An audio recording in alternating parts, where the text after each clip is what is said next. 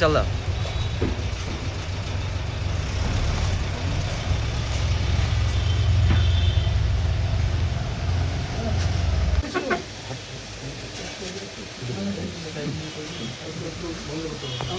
আমাদের একটু নিজস্ব সামনে সামনে ঘুরছে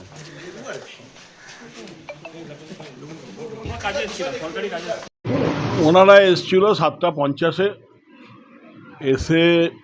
ওনাদের বক্তব্য হচ্ছে 6-5 তারিখে আমাদের একটা 30B হরিশ চ্যাটার্জি স্ট্রিটে মিটিং হয়েছিল কলকাতায়। সেই মিটিংয়ে আমরা সবাই মিলে প্রায় 70 জনের ওপর